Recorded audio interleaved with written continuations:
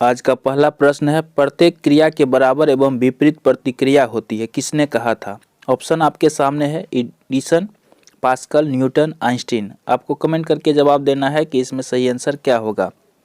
तो जल्दी से कमेंट कीजिए, जल्दी से जुड़ जाइए और फटाफट वीडियो को लाइक कर दीजिए और अधिक से अधिक लोगों के पास शेयर कीजिए ताकि और भी लोग जुड़ सकें। तो जल्दी से इसका कमेंट करके आंसर दीजिए।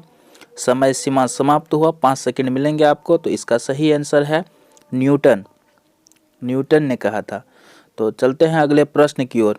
5 सेकंड मिलेगा एक प्रश्न का जवाब देने के लिए, तो जल्दी से बताना आपको। उस वैज्ञानिक का नाम बतावे जिन्होंने यांत्रिकी ऊर्जा और ऊष्मा ऊर्जा के बीच संबंध स्थापित किया। ऑप्शन आपके सामने है, Darwin, James Watt, James Prescott Joule और न्यूटन। तो किसने संबंध स्थापित किया था? जल्दी से आप कमेंट करें। 5 सेकंड का समय आपके पास, 5 सेकंड में आपको जवाब देना है, तो जल्दी जल्दी कमेंट कीजिए। तो इसका सही आंसर है जेम्स वाट। चलते हैं अगले प्रश्न की ओर। अगला प्रश्न आपके सामने स्क्रीन पर, तैयार रहे सभी। तो क्वेश्चन है, किण्वन एक डैश प्रक्रिया, रासायनिक प्रतिक्रिया, उष्म रासायनिक प्रतिक्रिया, जैव रासायनिक प्रतिक्रिया और प्राकृतिक प्रक्रिया। तो कौन सी प्रतिक्रिया है किण्वन, आपको बताना है कमेंट करके। तो 5 सेकंड का समय आपके पास, जल्दी से कमेंट कीजिए। इस तरह का बहुत सारे वीडियो हमारे चैनल पर मिल जाएंगे, तो इसलिए जो है चैनल को सब्सक्राइब करें और एनएमएस एग्ज़ाम की खास तौर से तैयारी के लिए इस चैनल को सब्सक्राइब करें, एनएमएस से संबंधित अपडेट्स के लिए भी। तो समय सीमा समाप्त होने जा रहा है।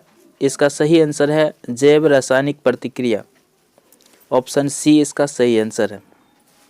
चलते हैं अगले प्रश्न की ओर। तो अगला प्रश्न आपके सामने, बिरसा मुंडा की मृत्यु कब हुई थी? तो ऑप्शन है 1895, 1899, 1900 ईस्वी और 1902 ईस्वी। तो बताना है आपको, बिरसा मुंडा जो आदिवासी का भगवान कहा जाता है, उसकी मृत्यु कब हुई थी? जल्दी से कमेंट कीजिए,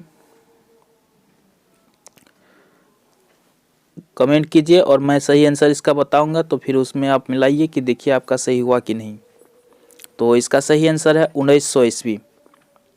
चलते हैं अगले प्रश्न की ओर। अभी तक वीडियो को लाइक नहीं किए तो लाइक जल्दी से कर दीजिए। अगला प्रश्न है आपके सामने, किस प्रकार के चट्टानों में जीवाश्म मिलते हैं? ये सभी इंपॉर्टेंट प्रश्न है जो मेघा छात्रवृत्ति परीक्षा में पूछे गए प्रश्न है और ऐसे ही प्रश्न पूछे जाते हैं, तो इसको आपको याद कर लेना है लिख करके। तो ऑप्शन आपके सामने है, आग्नेय चट्टान, परतदार चट्टान, परिवर्तित चट्टान और सभी में। तो क्या होगा इसका? आप जवाब दीजिए, कमेंट कीजिए कि किस प्रकार के चट्टानों में जीवाश्म मिलते हैं। तो समय सीमा समाप्त हुआ, इसका सही आंसर है परतदार चट्टान में। चलते हैं अगले प्रश्न की ओर। अगला प्रश्न आपके सामने आ रहा है, आप तैयार रहें जवाब देने के लिए। तो अगला प्रश्न इस प्रकार है, अंकलेश्वर किस खनिज का क्षेत्र है? कोयला, पेट्रोलियम, अभ्रक और मैग्नीज। तो आपको कमेंट करके बताना है। मेरा नाम है श्रवण कुमार सागर, आप देख रहे हैं हमारा यूट्यूब चैनल सागर कोचिंग सेंटर भगवानपुर। तो जल्दी से कमेंट कीजिए, आपके पास 5 सेकंड का समय है। तो समय सीमा समाप्त होने जा रहा है, जल्दी से कमेंट कीजिए। इसका सही आंसर है पेट्रोलियम, ऑप्शन बी इसका सही आंसर है। चलते हैं अगले प्रश्न की ओर। तो अगला प्रश्न आपके सामने स्क्रीन पर, मानवीय आंख के नेत्र लेंस एवं रेटिना के बीच की दूरी लगभग है 2.8 सेंटीमीटर, 6 सेंटीमीटर, 25 सेंटीमीटर और 1 मीटर। क्या होगा इसका सही आंसर, आपको बताना है। तो जल्दी से कमेंट करें। तो इसका सही आंसर है, थोड़ा सा समय दे देते हैं, जल्दी से कमेंट कीजिए। समय सीमा समाप्त हुआ, इसका सही आंसर है 2.8 सेंटीमीटर। चलते हैं अगले प्रश्न की ओर। तो अगला प्रश्न आपके सामने इस प्रकार है, निम्न में सबसे अस्थायी तत्व है? हाइड्रोजन, सीसा, लोहा, यूरेनियम। तो क्या है सबसे अस्थायी तत्व, आप कमेंट करें जल्दी जल्दी कमेंट करें सभी विद्यार्थी। तो इसका सही आंसर हम बताने जा रहे हैं। 5 सेकेंड का समय आपके पास, जल्दी से कमेंट करें फिर हम सही आंसर बताएंगे।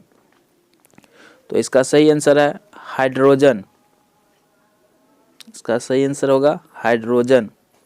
अब चलते हैं नेक्स्ट प्रश्न की ओर। अभी तक चैनल को सब्सक्राइब नहीं किए तो सब्सक्राइब कीजिए, क्योंकि आगे भी आपको ज़रूरत पड़ेगी एनएमएस से संबंधित अपडेट्स के लिए।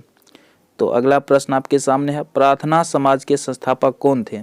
ऑप्शन आपके सामने है, स्वामी दयानंद सरस्वती, राजा राम मोहन राय, ज्योतिबा फुले, इनमें से कोई नहीं। तो क्या होगा इसका सही आंसर? आप बताएं कि प्रार्थना समाज के संस्थापक कौन थे।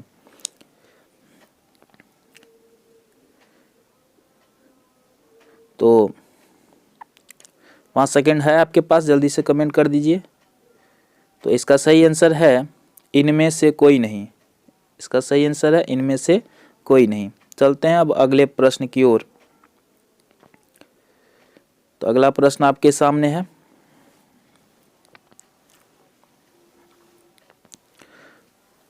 अगला प्रश्न इस प्रकार है, मार्ले मिंटो सुधार लागू हुए, कब लागू हुआ था ये?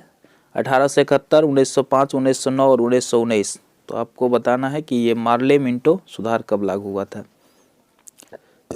जल्दी जल्दी कमेंट कीजिए। तो आपके सामने प्रश्न है, जल्दी से, इसका थोड़ा ज़्यादा समय दे दिए हैं तो फिर भी कमेंट कीजिए। चलिए समय सीमा समाप्त हुआ। इसका सही आंसर है 1909 ईस्वी। 1909 ईस्वी में लागू हुआ था। अब बढ़ते हैं अगले प्रश्न की ओर। अगला प्रश्न आपके सामने इस प्रकार है, डिस्कवरी ऑफ इंडिया के लेखक कौन थे? जवाहरलाल नेहरू, रविन्द्रनाथ टैगोर, राजेंद्र प्रसाद, अबुल कलाम आज़ाद। तो जल्दी से कमेंट करके बताएं इसका सही आंसर क्या होगा। डिस्कवरी ऑफ इंडिया के लेखक कौन थे?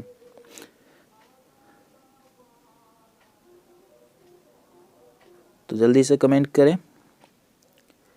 तो इसका सही आंसर है जवाहरलाल नेहरू।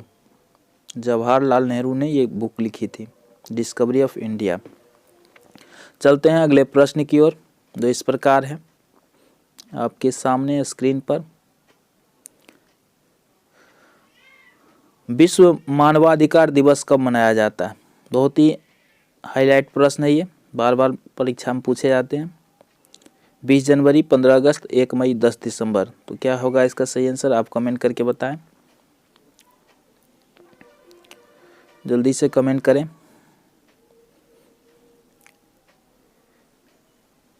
तो समय सीमा समाप्त हो रहा है, जल्दी से कमेंट कीजिए। इसका सही आंसर है 10 दिसंबर। 10 दिसंबर को विश्व मानवाधिकार दिवस मनाया जाता है। अब चलते हैं अगले प्रश्न की ओर। अभी तक हम 12 प्रश्न ले चुके हैं। अब चलते हैं 13वें प्रश्न की ओर। तो 13वां प्रश्न आपके सामने इस प्रकार है, संयुक्त राष्ट्र संघ द्वारा बाल अधिकारों की घोषणा कब की गई? ऑप्शन आपके सामने है, 1949 ईस्वी, 1945 ईस्वी, 1959 ईस्वी और 1961 ईस्वी। तो क्या है सही आंसर? आपको बताना है।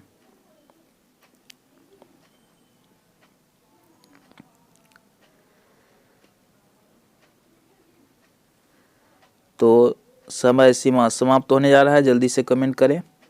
इसका सही आंसर है 1945 ईस्वी। 1945 ईस्वी में यह घोषणा किया गया था। चलते हैं अगले प्रश्न की ओर। अगला प्रश्न आपके सामने स्क्रीन पर आ रहा है, जल्दी से आप तैयार रहें जवाब देने के लिए। सीमा सुरक्षा बल की स्थापना कब हुई थी?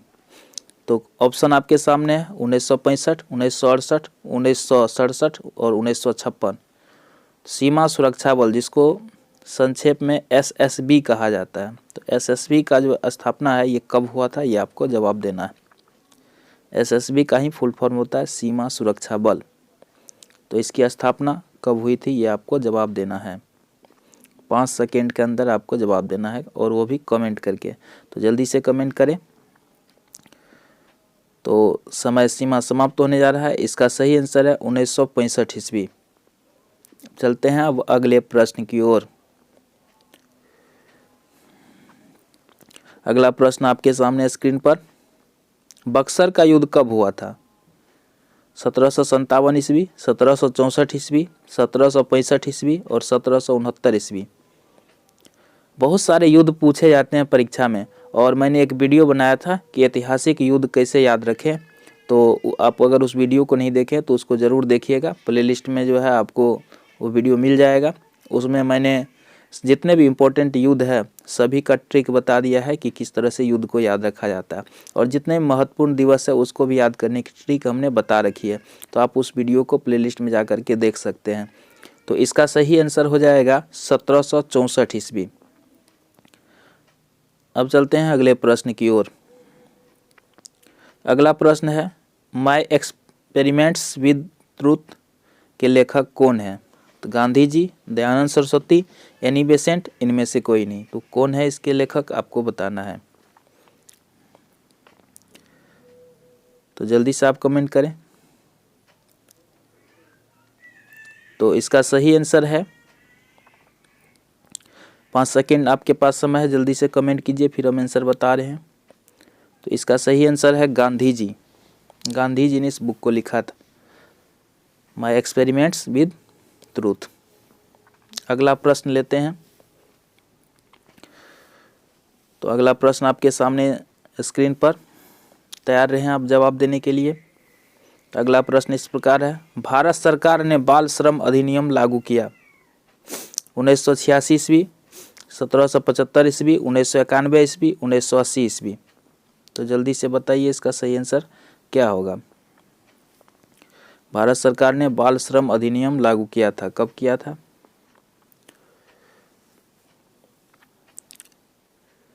तो जल्दी से आपको बताना है कि भारत सरकार ने बाल श्रम अधिनियम लागू कब किया था। तो इसका सही आंसर हम बता देते हैं, आपका समय सीमा सम्मत है, 1986 ईस्वी में ये लागू किया गया था। जो भी प्रश्न बता रहे हैं सभी इम्पोर्टेंट है, आप इन सभी प्रश्नों को याद कर लेंगे तो आसानी से परीक्षा में पास कर सकते हैं।